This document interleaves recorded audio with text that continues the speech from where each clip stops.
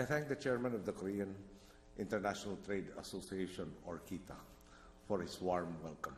If I may share with you, I've always found it apt that one of your country's largest business organizations is called, KITA, because in our country, the word kita means profit. I am convinced this is an auspicious sign for a gathering today. Hopefully, all of us will profit from today's interaction, especially after you consider investing in the Philippines.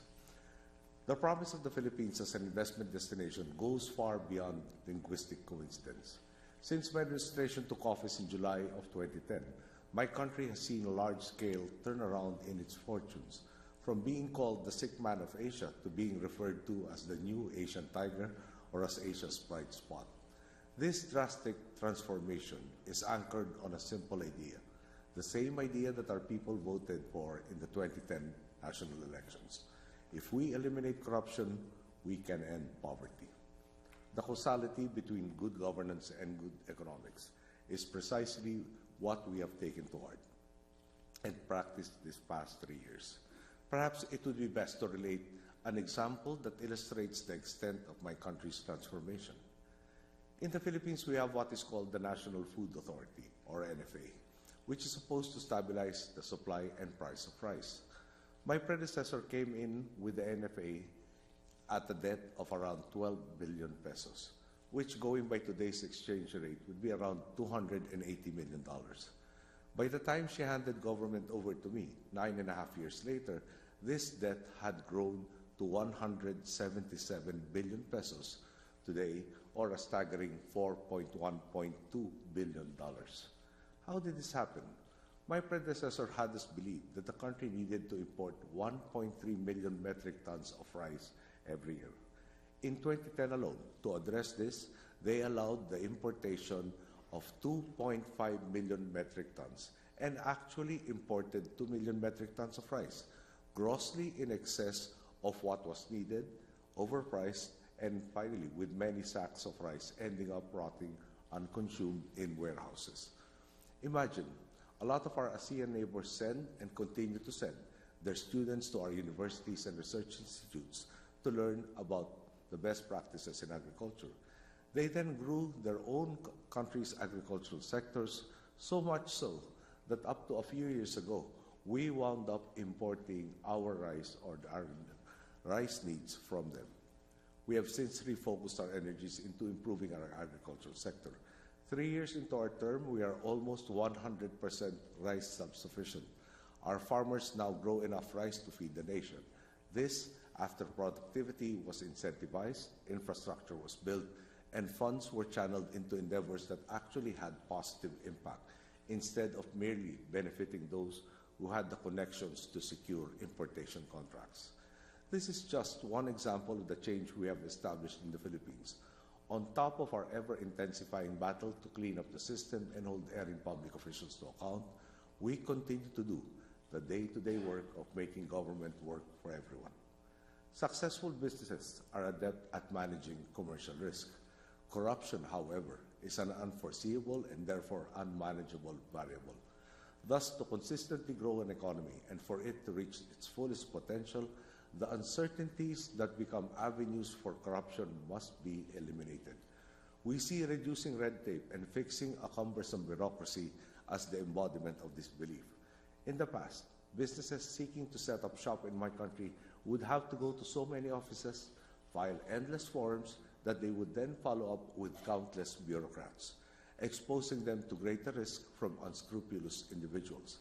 To solve this, amongst the steps, we put up the Philippine Business Registry, a one-stop shop for the essential documents for businesses. This significantly reduces both the time needed to put up businesses and the risks from corruption that investors are exposed to. Our national budget has also been a focal point of reform. Like all of you, we endeavored to spend our resources more wisely. Our zero-based budgeting principle reviewed all government programs, and we asked for a sound rationale and the capacity to deliver tangible results. Those that did not meet these criteria were eliminated so that government resources could then be put where they will have the most impact on our citizens, in education, health, and social services. For example, we inherited a backlog of 66,800 classrooms. This year, we expect to close this gap. We are even in a position to start building the necessary classrooms as we move from a 10-year primary education cycle to one of 12 years. We have likewise expanded coverage of our national health insurance program.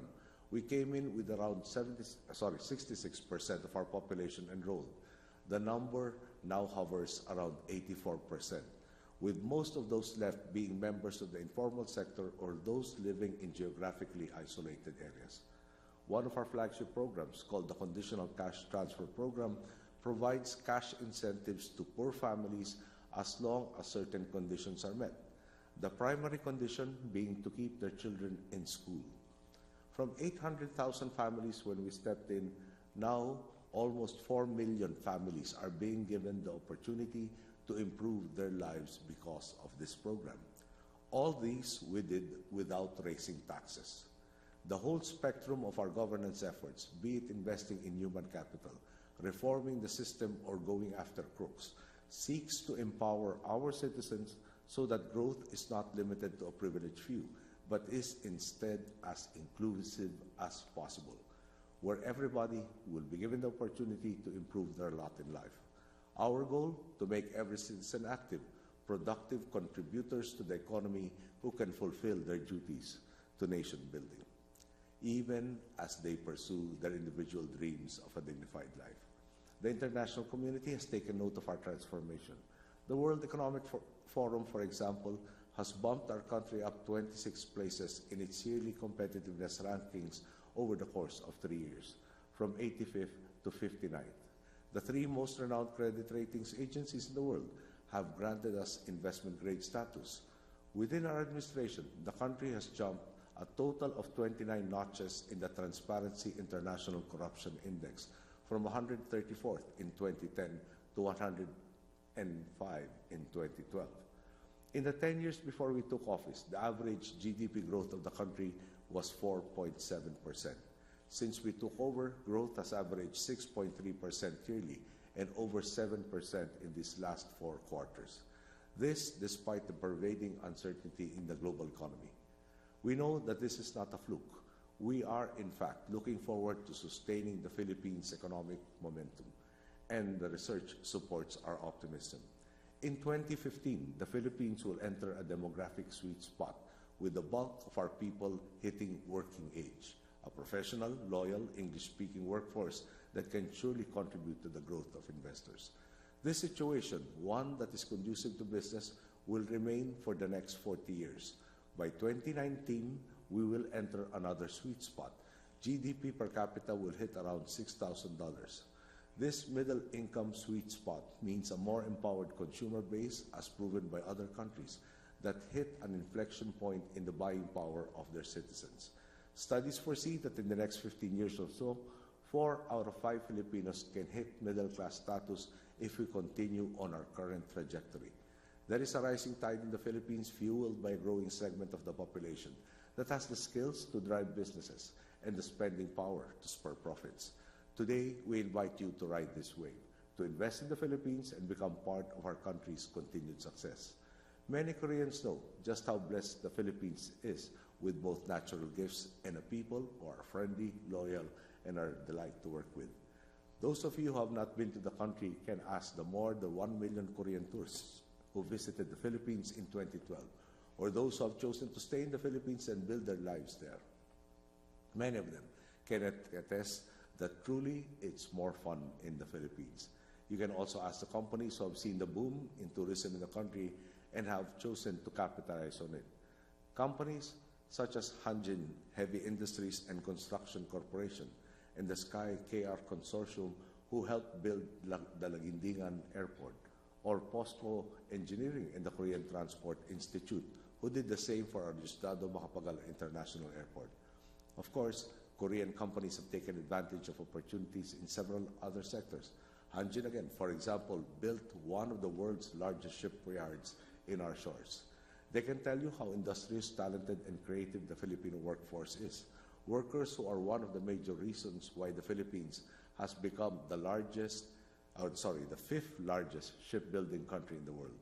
You also have Korean Electric Power Corporation, or KEPCO, whose plants provide approximately 10% of our country's entire installed generation capacity.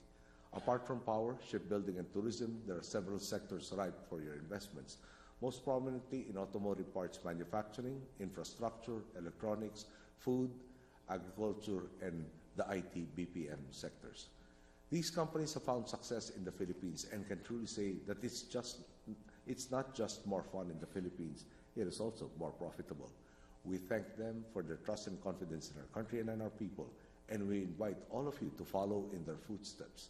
Our country is now benefiting from the new phase of government, one that puts the Filipino front and center in its agenda. We are looking for partners to sustain our momentum and invite all of you to join us as we pursue further growth. Thank you, and again, good day.